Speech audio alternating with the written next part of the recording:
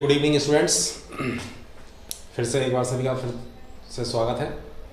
और हमारे इस वीडियो में आप लोग देखेंगे कि जैसे इससे पहले जो मैंने वीडियो दी थी उसमें आपने विकास की अवस्थाओं के बारे में डिस्कस किया था मैंने, और यहाँ पर इस वीडियो के अंदर हम जैसे मैंने बताया था कि शैशवावस्था, फिर बाल्यावस्था, फिर हम किशोर अवस्था की विशेषताओं के बारे में चर्चा करेंगे। तो हम अब जो इसमें चर्चा करने जा रहे हैं, हम जैसे देख पा रहे हैं कि हम शैशवावस्था के विषय में की जो विशेषताएं हैं उसके बारे में हम चर्चा करेंगे, ठीक है। And I am 100% sure that you will get minimum 2 marks in this session if you see till and. तो और ये कोई मैं ऐसे नहीं कराऊंगी, यहाँ से आपको ज़रूर से ज़रूर 100% 1-2 नंबर के क्वेश्चन पक्के होने वाले हैं आज इस वीडियो के अंदर। और ऐसा मेरा प्रयास है कि मैंने मोस्टली जो इम्पोर्टेंट कैरेक्टरिस्टिक्स जो इसमें पूछी जाती है इस स्टेज से वो लेकर आया हूँ। होने को तो बहुत सारी हैं, आप बहुत सारी बुक्स में पढ़ेंगे, बहुत सारी स्टेजेस में बहुत तमाम तरह की विशेषताएं आप इसमें देखेंगे, बट उसमें जो काम की वो मैं आपके यहाँ पर नोटिफाई मैंने आपको लिए की हैं। तो ठीक है, हम स्टार्ट करते हैं कि शैशवावस्था में कौन कौन सी विशेषताएं होती हैं। तो सबसे पहले हम बात करें कि शैशवावस्था, जैसे आप जानते हैं, सब लोग बहुत बार नाम सुन चुके हैं और पक चुके हैं इस नाम से सुनते सुनते, कि इन्फेंसी स्टेज है ना, शैशवावस्था। तो वर्ष काल की अगर हम करें, इसकी समय अवधि की बात करें तो ये क्या है, 0 से 5 से 6 वर्ष की स्टेज ये होती है। मैं बता चुका हूँ इसके लिए। यहाँ पर शैशवावस्था के शुरू में भी मैंने बताया था कि ये शैशवावस्था होती है, इसमें क्या कहते हैं कि जो बैलेंटाइन एक साइकोलॉजिस्ट थे उन्होंने बताया कि ये सीखने की बड़े आदर्श काल होता है। सीखने का आदर्श काल होता है। क्यों होता है आदर्श काल? बड़ा आइडियल पीरियड होता है कि बच्चे का दिमाग क्या होता है, एक कोरा होता है बिल्कुल उस समय, और हम जो कुछ उसके दिमाग में फिट कर देते हैं वो बच्चा जो है, कोरे से मतलब ये नहीं कि बच्चा दिमाग कुछ जानता नहीं, वो देखिए वो चीज़ें धीरे धीरे डेवलप होती हैं। लेकिन हम जैसे जैसे उसको दिमाग को बातें उसके अंदर हम बिल्ड करते हैं वैसे वैसे वो बच्चा वो सीखता चला जाता है। तो इसलिए सीखने का आदर्श काल कहा है, क्योंकि एक नई है, जैसे कोरी कॉपी होती है उस पर हम कुछ भी लिख सकते लिखने, तो वही चीज़ होती है। तो इसने बैलेंटाइन को कहा है, एक इंपॉर्टेंट बात है कि क्या है, सीखने की आदर्श काल है ये सीख। वहीं पर कोल और ब्रूस एक साइकोलॉजिस्ट थे, उन्होंने इस शैशवावस्था को 20वीं शताब्दी के क्रो एंड क्रो ने क्या कहा है, इस शैशवावस्था को मतलब बालक की शताब्दी कहा है, 20वीं शताब्दी को बालक की शताब्दी कहा। क्योंकि यहाँ पर अब आप देखेंगे जब से बहुत सारे ये आपके NCF 2005 आया, और उससे पहले जो हम अगर प्राचीन काल की शिक्षा में थोड़े चले जाएँ तो वो वहाँ पर जो एजुकेशन होती थी वो टीचर सेंटर्ड होती थी। टीचर ज़्यादा उस पर बच्चों पर हावी रहता था, और सीखने में बच्चों को बहुत कठोरता से डिसिप्लिन और बहुत सारी बातें उसमें रहती थी। बट यहाँ पर धीरे धीरे जब टाइम चेंज हुआ तब वहाँ पर क्या हुआ कि बच्चे को फोकस करके शिक्षा दी जाने लगी, ठीक है। उसकी हैबिट्स क्या हो गई, उसके इंटरेस्ट बच्चे के क्या हैं, है ना, डिफरेंट जो इंडिविजुअल डिफरेंसेस के बारे में जब बात आई निकल कर, तो फिर सभी बच्चों को देखते हुए वो जो एजुकेशन जो पॉलिसी है उसमें चेंज हुए। तो तब वहाँ पर जाकर, इसीलिए तो उन्होंने 20वीं शताब्दी को क्या कहा, बालक की शताब्दी कहा है। क्रो ने, मैंने यहाँ नोटिफाई नहीं किया बट आप ध्यान रखें। तो बैलेंटाइन ने क्या कहा, इसको सीखने आदर्श काल कहा, क्योंकि बच्चा सीखने के लिए रेडी रहता है बिल्कुल। वहीं पर फ्राइड ने इसको जीवन की आधारशिला माना है। जो शैशवावस्था होती है वो जीवन की क्या है, आधारशिला होता है, एक बेसिक प्लेटफॉर्म होता है बच्चे का। तो जैसा भी बताया, कहने की बात दोनों वही है कि बच्चे को जैसा हम सिखाते हैं, और इसमें एक चीज़ और भी है, वैसे ही सीखता है जैसा सिखाते हैं। बट आधारशिला में एक चीज़ है कि बच्चा जेनेटिकली, आपने देखा होगा जब मैंने आपसे डिस्कस किया था कि जो फैक्टर्स थे इसको डेवलपमेंट के जो फैक्टर्स को प्रभावित करते हैं, आनुवांशिक और वातावरण का कितना बड़ा उसमें रोल हमने बताया था, आपने सुना होगा या देखा होगा। तो वहीं पर है कि इसमें बच्चा जो कुछ हेरिडिटिकल लेकर आता है, तो इंडिविजुअल डिफरेंसेस सभी बच्चों में होते हैं। तो माँ बाप उसको नोटिफाई करते हैं कि अगर पहला बच्चा है, दूसरा, तीसरा जो भी बच्चा उनका होता है, तो वहाँ पर उन बच्चों में क्या डिफरेंसेस शुरू से चल रहे हैं। तो फ्राइड कहते हैं कि अगर बच्चा, आधारशिला कहने का मतलब ये कि बच्चे को हम शुरू के 4-5 वर्षों में ही हम समझ जाते हैं कि बच्चा कैसा बनने वाला है ना। तो ये होती है कि 5-6 वर्षों में उसका हम एक पूर्व अनुमान उसमें लगा लेते हैं बच्चे की क्रियाओं को देखते हुए कि बच्चा किस प्रकार के आगे पढ़ने में किस ओर उसकी मूवमेंट रहेगी, ठीक है। तो इसी थोड़ी सी एक जनरल बात थी जो इस स्टेज से रिलेटेड थी। अब हम इनकी मेन विशेषताओं पर आते हैं।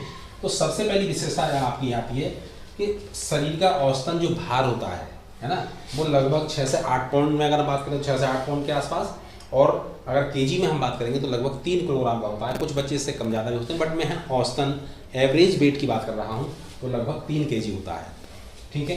तो फिजिकली एक करेक्टरिस्टिक होती है बच्चे की, इससे ज़्यादा होती हैं तो बच्चे थोड़े हम कह सकते हैं भाई ज़्यादा हेल्दी है, और कम जो होता है तो वो वीकली चाइल्ड की श्रेणी में आ जाता है बच्चा। फिर दूसरे हम देखें अगर बच्चों में बॉन्स की जो संख्या होती है वो 270, ये सॉरी यहाँ पर थोड़ा सा गलत लिखा हुआ है, जो शैशवावस्था में जो होती है जो इनकी संख्या होती है थोड़ी सी ज़्यादा होती है, और ये लगभग आपके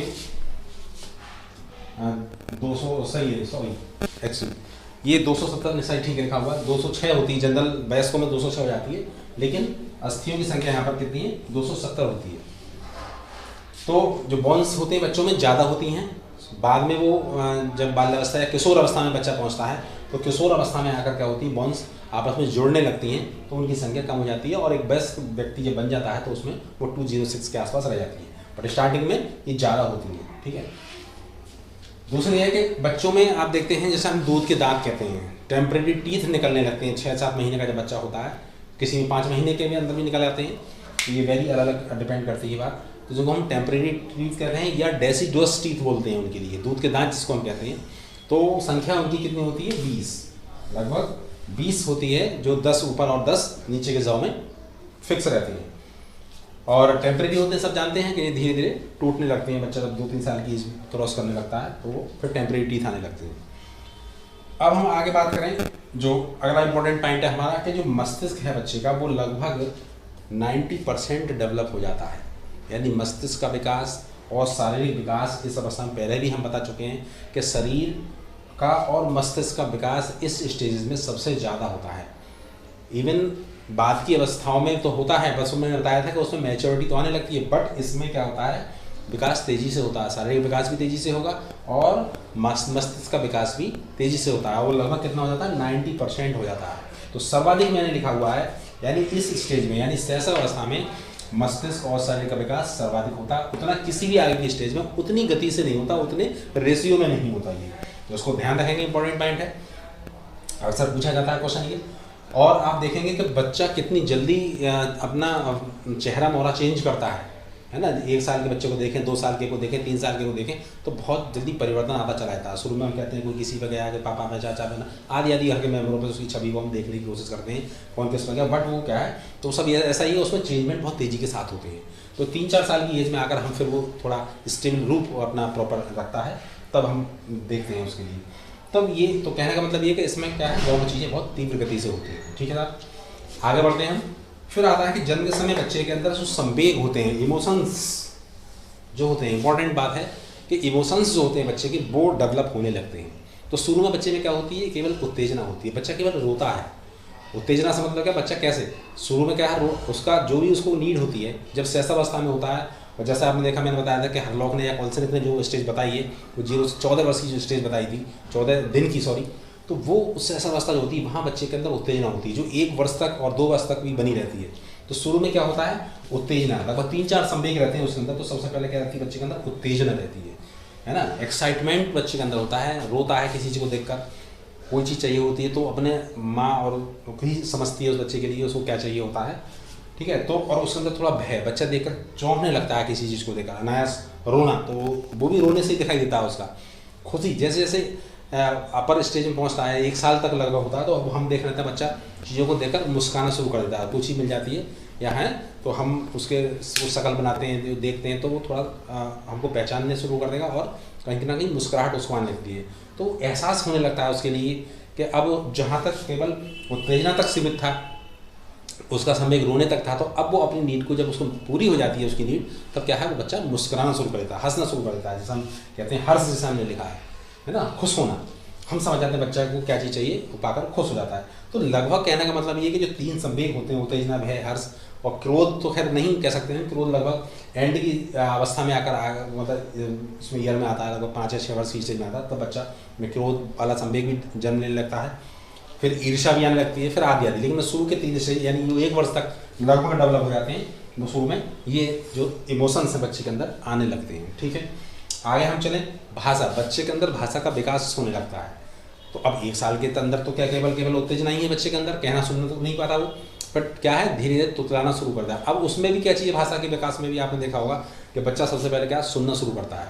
हम कोई आवाज़ देंगे, कोई उसको ऐसे करते हैं तो बच्चा क्या करेगा, तुरंत देखेगा अरे आवाज़ कहाँ से आई, उसकी माँ बच्चे को आवाज़ देती है, बच्चा रोया, माँ ने आवाज़ दी, है ना, तो वो तुरंत एकदम देखेगा हाँ आवाज़ आई और चुप हो जाता है। ये क्या चीज़ सुनना। तो सबसे पहले बच्चे की जो श्रवण इंद्रिय है, सुनने की क्षमता डेवलप होती है। कितना नेचुरली ये सब चीज़ ईश्वर ने बनाई है। तो इसमें सबसे पहले क्या है, सुनना। तो सुनने का क्रम, फिर बच्चा धीरे धीरे क्या करेगा, तुतलाना शुरू करके बोलना शुरू करता है ना, आधे अधूरे अक्षर चा खा पा चा इस तरह के अक्षरों को बोलना शुरू करता है। फिर वो धीरे धीरे क्या है, जब और 1-2 वर्ष का होता है, फिर हम उसको क्या करते हैं, पूरे शब्द सुनाने शुरू कर देते हैं। ये गॉड है, ये ऑक्स है, ये काऊ है, आदि बच्चों को चित्र दिखाकर हम उनको पढ़ाना शुरू करते हैं। तो बच्चे के अंदर फिर पढ़ने की क्षमता, बोलने के साथ साथ क्या है, फिर पढ़ने की क्षमता भी डेवलप होने लगती है। और लास्ट में फिर वो राइटिंग करने लगता है। फिर आता है उसके हाथ में कलम, तो कलम पकड़ना नहीं आता फिर धीरे, तो लिखने की स्टेज सबसे बाद में आई।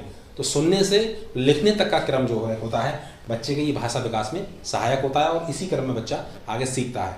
अब हम देखें, अगर अब शब्द भंडार की बात अगर करते हैं, बच्चा जैसे बोलना शुरू करता है, तो कुछ साइकोलॉजिस्ट ने जो अध्ययन किया है तो उस पर ये मतलब रिजल्ट निकल कर आया कि बच्चों में जो शब्द भंडार जो बोलते हैं, यानी उनके पास कितना वर्ड कलेक्शन होता है उसमें, तो लगभग 1 से 1 वर्ष की स्टेज तक 3 से 4 शब्द ही बच्चा बोल पाता है। शब्द भी नहीं, वो भी टूटे फूटे अक्षरों को ही कह पाता है। वो ज़्यादा भी हो सकते हैं, कोई ऐसा इसमें कोई प्रूफ नहीं है, कोई साइंटिफिक नहीं है चीज़। फिर लगभग 2 से 3-4 की स्टेज में जब बच्चा पहुंचता है तो उसमें 200-300 आधे अधूरे शब्द बोलने की क्षमता विकसित हो जाती है। फिर हम आगे और देखेंगे 5 से 6 वर्ष में जब बच्चा पहुंच जाता है, यानी शैशवावस्था के अंत में जब बच्चा होता है, तब उसमें लगभग 600 शब्द, कहीं किसी साइड में 550 भी कह दिया, किसी ने 600 किया, बट ये इंपॉर्टेंट पॉइंट है, थोड़ा सा ध्यान करें कि लगभग 5 से 6 वर्ष की स्टेज में 600 शब्द भंडारण क्षमता उसके पास होती है। बच्चे के बाद इतने शब्द वो बोल सकता है। अलग अलग तरीके से हो सकते हैं, कुछ भी हो। और ये बच्चे तो बच्चे वेरी करते हैं, क्योंकि हेरिडिकल भी चीज़ें होती है। कुछ बच्चे बहुत जल्दी बोलना सीख जाते हैं, कोई 3 साल की बोलने में सीखते हैं, कोई 4 साल भी तुतला के बोलते हैं। तो ये कोई ऐसा वो नहीं, बट मोस्टली जो स्टडी का जो जैसे रिजल्ट है वो हमें यही बताता है। आगे चलते हैं हम। फिर इसके बाद तो आपने देखा कि इतनी सारी कैरेक्टरिस्टिक्स इसमें जो शारीरिक और मानसिक क्षमता से रिलेटेड है। फिर और आगे हम चलें तो फिर क्या आती है, सामाजिकरण की प्रक्रिया बच्चे के अंदर आरंभ हो जाती है ना। सोशलाइजेशन जो प्रोसेस है वो शुरू हो जाता है, क्योंकि जब बच्चा 5 साल या 4 साल की स्थिति में आता है तो क्या हुआ, सबसे पहले माँ बाप को पहचानना शुरू कर देता है बहुत अच्छी तरह से। माँ बाप को बहुत जल्दी समझ जाता है, लेकिन अब अपने फादर को भी जानना शुरू करता है। फादर के साथ घर के और जो मेंबर होते हैं, उसके बड़े भाई बहन होते हैं, या घर में और जो भी मेंबर हो सकते हैं, दादी बाबा हो सकते हैं, कोई भी और बड़ा, तो क्या है, उनके पास जाना, उनके साथ घूमना, है ना, उनके साथ खुश रहना, या परिवार के किसी विशेष सदस्य के प्रति उसका लगाव हो जाना, ये सारी चीज़ें उसके अंदर आने लगती हैं, है ना। तो कुछ बच्चे होते हैं वो किसी के पास चले जाते हैं। आप देखा होगा, बच्चा किसी के पास चला जाए, कोई आस पड़ोस का भी होता है, तो बच्चा नहीं रोता है, उसके बाद आराम से घुलने मिल जाता है। कुछ बच्चे होते हैं वो माँ बाप से चिपके हुए बैठे रहते हैं। ये चीज़ क्या है, हमारी सोशलाइजेशन है। तो ये सामाजिकरण की प्रक्रिया उस अवस्था में प्रारंभ हो जाती है। तो जैसे बताया कि जीवन की आधारशिला का मतलब यही है, तो यहीं से पता चल जाती है कि बच्चा कितना एक्सट्रोवर्ट नेचर का है, कितना इंट्रोवर्ट नेचर का रहेगा। नेक्स्ट फिर चीज आती है हमारे कि सीखने की प्रवृत्ति क्या है। बच्चे की सीखने की जो प्रक्रिया है ये तीव्र हो जाती है। जैसे ये पॉइंट यहाँ से आपका कोरिलेट है कि बच्चे में जो मस्तिष्क का विकास है लगभग इस स्टेज में सबसे ज़्यादा तीव्र गति से होता है, ठीक है, शारीरिक और मानसिक। तो उसी प्रकार से सीखने की प्रक्रिया भी बच्चे में तीव्र होती है इस अवस्था में, बहुत तेज़ी से सीखता है ना। जो भी हम बात कर रहे थे तुरंत उसको फॉलो करने लगता है बच्चा। तो उससे उसके दिमाग में फिर और तरह की बातें नहीं होती हैं, जो हम उसको बताते हैं उसको सारी बात वो नई दिखाई देती है, इसलिए वो तुरंत उनको याद कर लेता है। अगर हम गलत बताएंगे तो गलत सीख लेगा। इसीलिए हम कहते हैं कि बच्चों को हमें सोच समझ कर सही प्रकार से उनके सामने मतलब बिहेव करना चाहिए, और सही प्रकार से टीचर को बहुत अलर्ट रहकर बच्चों को पढ़ाना चाहिए। तो ये बहुत इंपॉर्टेंट है, सीखने की प्रक्रिया बहुत तीव्र गति हो जाती है। नेक्स्ट फिर बात आती है हमारी तो बच्चे के अंदर क्या है, जिज्ञासा की प्रवृत्ति, यानी क्या है, कर्टियस जो नेचर है बच्चे की, ये जिज्ञासा की प्रवृत्ति बच्चों के अंदर पनपने लगती है, डेवलप होने लगती है जब बच्चा 5 या 6 की स्टेज में होता है, शैशवावस्था की अंतिम अवस्था में होता है। तो क्या है, जिज्ञासा में क्या बच्चा जानता है, जब बच्चा नई चीज़ों को देखता है, कोई चीज़ के सामने नहीं आती है तो बच्चा देखेगा अरे ये क्या चीज़ है, माँ बाप को कान खाना शुरू करता है। कहीं आप घुमाने ले जाते हैं बच्चों के लिए, तब कोई नई चीज़ को देखता है, अरे ये क्या चीज़ आ गई, ये ऐसा क्यों हो रहा है। कोई खिलौने से बच्चा जब खेलता है तो उसमें खोलाबाजी उससे शुरू कर देता है। कोई चीज़ छुपा देते हैं तो जब तक उसको मिल नहीं जाएगी तब तक वो लगातार ढूंढने का प्रयास करता है। ये सब चीज़ें क्या है, उसके अंदर कर्टियस नेचर की जन्म लेती है। अब कुछ बच्चों में कम होती है, कुछ में ज़्यादा होती है, फिर वही बात है घूम फिर कर। तो इसीलिए जीवन की आधारशिला है। क्यों, यहाँ से ही पता लगाते हैं कि बच्चा किस ओर मूवमेंट कर रहा है। तो ये जो कुछ बच्चों में कम होगी, किसी में ज़्यादा होती है। तो खैर जिज्ञासा की प्रवृत्ति इसकी मुख्य कैरेक्टरिस्टिक्स है। फिर एक और इम्पोर्टेंट बात पॉइंट है, आप नोट करेंगे कि अनुकरण की प्रवृत्ति, अनुकरण द्वारा सीखने की प्रवृत्ति बच्चों में डेवलप हो जाती है। इस स्टेज की बहुत इंपॉर्टेंट विशेषता है ये, यानी इमिटेशन पावर। मतलब अनुकरण यानी देखकर सीखना, जैसे आप करेंगे बच्चा वैसे ही फॉलो करता है। टीवी में जैसे देखेगा, मोबाइल में जैसे आजकल मोबाइल चला तो उसमें जैसे देखता है बच्चा उसी प्रकार को करने की कोशिश करेगा। और फिर आप ओवरऑल अगर आप देखें, निष्कर्ष देखेंगे अनुकरण में, तो जैसे परिवेश में अब यहाँ एटमॉस्फेयर आ गया, एनवायरनमेंट आ गया बच्चे के साथ। जैसे आपने देखा कि हेरिडिटी का इफेक्ट तो यहाँ तक पड़ा, कहाँ तक सीखा और क्या चीज़ सीखी, बट अनुकरण जो हो गया ये एनवायरमेंटल इफेक्ट है। तो जैसा बच्चे को एनवायरनमेंट मिलेगा, जैसे घर के परिवार का माहौल होगा, बच्चा उसी प्रकार से सीखता है, उसी प्रकार की क्रियाएं करता है, उसी प्रकार से बातचीत करता है, उसी प्रकार के अंदर सामाजिक की भावना उसके अंदर डेवलप होती है। तो प्लीज़ कीप अलर्ट, बच्चे के सामने रहना होता है। टीचर चूँकि आइडियल होता है, और आप देखेंगे जब बच्चा स्कूल में जाना शुरू कर देता है तो अपने मैडम सर की बात को बहुत अच्छा मानता है। जो उसको बता देंगे वो बच्चा उसी को फॉलो करता है। घर पर आएगा, अगर किसी ने बताया कि हाँ ये चीज़ ऐसे नहीं मेरी सर ने, मेरी मैडम ने बताया, तो ये चीज़ होगी। तो अनुकरण की सीखने की प्रवृत्ति है वो बच्चे की बहुत तीव्र होती है। तो उसके सामने हमें बहुत अच्छे से बिहेव करना चाहिए, जिससे बच्चा अच्छे से अच्छी बातें सीखने लगे। फिर है शुरू में नैतिकता का अभाव, है ना। ये मैं कोलबर्ग का जब नैतिक विकास सिद्धांत आपको डिस्कस करूंगा आपके सामने, तब वहाँ पर ये चीज़ और ज़्यादा क्लियरफाई होगी। तो नैतिकता का अभाव होता है बच्चे में शुरू में क्या है कि जो इस ऐसा अवस्था में होता है बच्चा, तो वहाँ उसके अंदर अभी एक जो इंपॉर्टेंट कैरेक्टरिस्टिक मैं डिस्कस करूँगा, ईगोसेंट्रिसिटी होती है, यानी कि उसमें आत्म केंद्रितता पाई जाती है ना। तो वो क्या है, नैतिकता का बच्चों के अंदर अभाव होता है। अभी इतने ज़्यादा वो मॉरल नहीं होते हैं, है ना। बच्चों के अंदर क्या चीज़ सही है क्या गलत है वो उसकी उतनी समझ भी नहीं होती है उनके लिए। तो मैं अभी इनको रख रहा हूँ, फिर अगली और कुछ कैरेक्टरिस्टिक देखते हैं। तो उसमें बच्चे के अंदर, इसलिए मैंने ये कहा कि जो मॉरल है या मॉरल नैतिकता का अभाव है वो इतना ज़्यादा डेवलप नहीं होता है। और जैसा भी कोई भी व्यक्ति या कह देता है वो उसी चीज़ को सही मानने लगता है। और हाँ, पहली बात तो ये वो उस पर ध्यान भी नहीं देता इतना। तो नैतिकता का अभाव की बात जहाँ तक है, ये यहाँ पर हम दो विशेषताएं आती हैं जो कि फ्राइड ने बताई थी बच्चों के बारे में। सबसे पहले बताई कि बच्चों इस स्टेज में आकर क्या है, बच्चों में ईगोसेंट्रिसिटी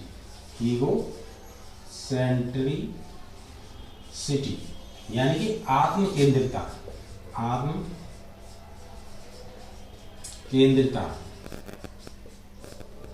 का गुण पाया जाता है। ये एक है बच्चे के अंदर एक मेरिट है, उसका एक गुण है। बच्चा अपने अंदर ही इन्वॉल्व रहता है ना। ईगोसेंट्रिक, स्वयं अपने आप का सेंटर होना, अपनी क्रियाएं करना, उसको जो करता है वो अपने उसमें ही करता रहता है, जो चीज़ अच्छी लगती। तो नैतिकता का अभाव है, उसे नहीं पता क्या चीज़ क्या अच्छी क्या बुरी है ना। किसी चीज़ को खा भी सकता है, किसी चीज़ को ले भी सकता है, या आपसे किसी की लड़ाई कहीं हो जाती है सब, तो लेकिन बच्चा घूमते हुए उसके पास भी चला जा सकता है, पड़ोस में चला जाता है। तो बच्चा, अभी तो कहते हैं बच्चा भगवान का रूप होता है, इसीलिए ईश्वर का रूप कहा गया कि बच्चे को इन बातों से कोई मतलब नहीं होता। तो शुरू में नैतिकता का तो उसके अंदर अभाव, अच्छी या बुरी चीज़ की पहचान नहीं होती है। तो वहीं से कौन ये निकल गया कि बच्चा क्या होता है, शुरू में ईगोसेंट्रिक होता है, केवल अपने आप में खोया रहता है और अपने स्वयं क्रियाएं करता रहता है। ठीक है, तो ये ईगोसेंट्रिक इंपॉर्टेंट है, अक्सर आता है कि ईगोसेंट्रिक जो नेचर होती है वो किस अवस्था का गुण है। फिर इसी से जुड़ी हुई एक अगली और कैरेक्टरिस्टिक्स है इसके अंदर, जिसको हम कहते हैं कि जो फ्राइड ने कहा है कि बच्चों में आत्म प्रेम की भावना पाई जाती है ना। अपने आप से लगाव, है ना। ऑटो अट्रैक्शन बच्चों के अंदर होता है, जिसको उन्होंने नाम दिया है, यानी क्या है बच्चों में अंदर आत्म प्रेम की भावना। नोट करेंगे ये किसने बताई थी, फ्राइड ने बताई है कि बच्चों के अंदर आत्म प्रेम की भावना का गुण होता है, यानी अपने आप से प्यार करना। अब अपने आप से प्यार करने का मतलब क्या होगा कि अपने आप में खोया रहना है। मतलब यहाँ पर बच्चा जैसे होता है, तो 4-5 वर्ष की स्टेज में आएगा, तो आप जहाँ बातें कर रहे हो बच्चे को छोड़ देते हैं, तो बच्चा क्या होता है आपस में या एक दोस्त किसी चीज़ से अपना खेलना शुरू कर देता है। तो ये सब चीज़ें जो होती है अपने आप में लगा रहना, ये क्या है, उसका आत्म प्रेम है, अपने आप से लगा। तो इस आत्म प्रेम के लिए जो फ्राइड ने नाम दिया है, इसको नैरिसिज्म नाम दिया है। इसको फ्राइड कहते हैं, नैरिसिज्म का नाम फ्राइड इसको लिए देते हैं। और ठीक,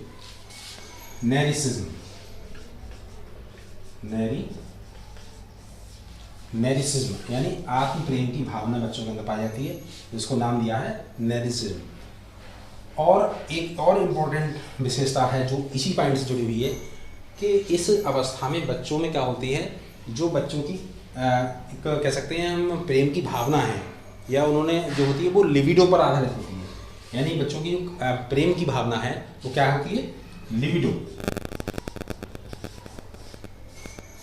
लिबिडो पर आधारित होती है। कौन कहते हैं, दोनों बातें सारी किसने बताई है, फ्राइड ने बताई है, ध्यान रखेंगे। तो लिबिडो पर आधारित होती है, जो उनकी काम प्रवृत्ति उन्होंने कहा है, तो वहाँ से काम प्रवृत्ति वाले बच्चे के प्रेम की बात है। तो पहली बात तो आ गई प्रेम करना, आत्म प्रेम की भावना होती है। दूसरी जो लिबिडो पर आधारित होती है, तो लिबिडो पर जो प्रेम की भावना होती है, तो बच्चों के अंदर इस लिबिडो की भावना के आधार पर उन्होंने 2 गुण बताए हैं। कौन कौन से बताए हैं कि जो मैं इसको यहाँ ऊपर डिस्कस कर रहा हूँ कि 2 गुण कौन कौन से हैं वो जो लिबिडो पर आधारित होते हैं बच्चे के। तो इन्होंने कहा है कि जो बॉयज़ में, किसमें, बॉयज़ में यानी लड़कों में क्या होती है, मात्र अपोजिट सेक्स के प्रति लगाव होता है। तो अपोजिट सेक्स यानी बच्चों जो लड़के होते हैं वो माँ से ज़्यादा प्रेम करते हैं, यानी मात्र प्रेम की भावना क्या होती है, मात्र प्रेम की भावना पाई जाती है, मात्र प्रेम की भावना। तो बच्चों में, लड़कों में खास करके ये मात्र प्रेम की भावना होती है। तो इसको जो मात्र प्रेम की भावना होती है, माँ से ज़्यादा प्यार करना, माँ से ज़्यादा लगाव होना, इसको इन्होंने कहा, क्या कहा है, ओडीपस कॉम्प्लेक्स कहा है। ओडीपस कॉम्प्लेक्स का नाम दिया। ओडीपस कॉम्प्लेक्स इंपॉर्टेंट है, बहुत पूछा जाता है। तो बच्चों में, लड़कों में मात्र प्रेम की भावना को ओडीपस कॉम्प्लेक्स कहते हैं, और वहीं पर गर्ल्स में यानी पितृ प्रेम की जो भावना होती है उसको इलेक्ट्रा कॉम्प्लेक्स कहते हैं। क्या, इलेक्ट्रा कॉम्प्लेक्स। अब ध्यान रखें, कंफ्यूजन हो जाता है, अरे लड़कियों में क्या कहा, ओडीपस आ गया, ऑप्शन भूल गए। थोड़ा सा ध्यान रखें, गर्ल्स बिजली की तरह आजकल तेज हो रही हैं, इलेक्ट्रिक से ध्यान रखेंगे, है ना। और जो बच्चे किशोर अवस्था में नालायकी करते हैं तो वो इलेक्ट्रिक शॉक लग जाता है, तो इस बात का भी ध्यान रखेंगे। तो ये आप ध्यान रखें कि क्या है, ये गर्ल्स का इलेक्ट्रिक कॉम्प्लेक्स, यहाँ से ध्यान रखेंगे, बिजली की तरह तेज। तो लड़कियों का पितृ प्रेम की भावना यानी पिताजी से ज़्यादा लगाव रखना, पिता से ज़्यादा लगाव होता है मोस्टली, ऐसा देखा भी है बाहर में, तो उसको इलेक्ट्रा कॉम्प्लेक्स नाम दे दिया। और माता के प्रति बच्चों लड़कों का लगाव होता है, उसको उन्होंने ओइडिपस कॉम्प्लेक्स नाम दिया है। तो ये कुछ इस तरह की आपने डिस्कशन देखी यहाँ पर, जो सहसावस्था की बहुत सारी विशेषता हैं। इनसे अक्सर आपको 1-2 नंबर के प्रश्न 100% मिलेंगे इस वीडियो से, और जब इसको पढ़ लेंगे आप, ठीक है। तो इसमें एक चीज़ और आती है, मैं अभी आपको बता दूँ, ये तो थोड़ी विशेषताओं की बात होगी। अब यहाँ पर अगर हम देखें शिक्षा की बात करें अगर उनकी, तो बात आती है कि भाई शिक्षा का स्वरूप क्या होना चाहिए इस स्टेज पर आकर। तो थोड़ी सी बात हम, वो विशेषताएं हैं एक तरह से, वो भी आप देखेंगे। तो वहाँ पर है बच्चों को क्या है, खेल विधि द्वारा शिक्षा दी जाएगी। अगर हम शिक्षा की बात करें कि शिक्षा कैसी होनी चाहिए बच्चों की, तो क्या है इसमें, खेल विधि द्वारा शिक्षा, खेल विधि द्वारा। और खेल विधि द्वारा शिक्षा किसने दी थी, फ्राबेल ने दी थी। अलग से एक वीडियो आएगी बाद में कभी इसकी, तो जहाँ पर सारी जो मेथड्स हैं आपके वो डिस्कस करूँगा आप लोगों से। तो ये क्या है, फ्राबेल ने खेल विधि को किया है। तो इसमें बच्चा क्या होता है, बच्चे की नेचर खेल होती है। आजकल आप देख रहे हैं प्ले स्कूल है, तो प्ले स्कूल सब इसी वजह से हैं, खोले हैं कि बच्चों का जैसे शुरू में मन लगे पढ़ने के लिए और बच्चे खेल खेल में बहुत कुछ सीख सकें। खेल विधि द्वारा भी है, कहानी विधि द्वारा भी है, बच्चों के अंदर शिक्षा दी जाती है। और फिर सबसे एक और चीज़ है कि बच्चों के अंदर ऑडियो विजुअल एड्स, यानी ऑडियो विजुअल एड्स द्वारा एजुकेशन देना। तो ऑडियो विजुअल यानी आजकल जब प्रोजेक्टर के माध्यम से हम ही दे सकते हैं, वो देते हैं, जिसमें बच्चों के अंदर कोई ऑडियो भी दिखाई देता है, विजुअली बच्चे देखते हैं, अरे कोई साथ पता नहीं वो चलिए आकर्षण का विषय हो जाता है उनके लिए। तो जैसे हमने बताया कि जन जानवर के नाम सिखा रहे हैं या फ्रूट्स के नाम है, तो ये मोस्टली क्या होता है, बेसिक स्कूल्स में चार्ट वगैरह जो लगाते हैं तो वो सब उसी लिए होते हैं। कुछ विजुअल भी होती हैं, उसमें ऑडियो दिखा सकते हैं, ऑडियो विजुअल एड्स भी दिखा सकते हैं। तो खेल के द्वारा शिक्षा दी जानी चाहिए, ऑडियो विजुअल एड्स के द्वारा दी जानी चाहिए। है ना, और जो है आपके कहानियों के माध्यम से बच्चों को सिखाना चाहिए। तो ये बहुत सारी चीज़ें आप इसमें देखेंगे। तो ये कुछ शिक्षा का स्वरूप है जो इसमें बात आती है। तो ओवरऑल आपने देखा कि इस तरह की विशेषताएं आपने इसमें देखी। देखने के लिए सभी का बहुत बहुत धन्यवाद। Thank you.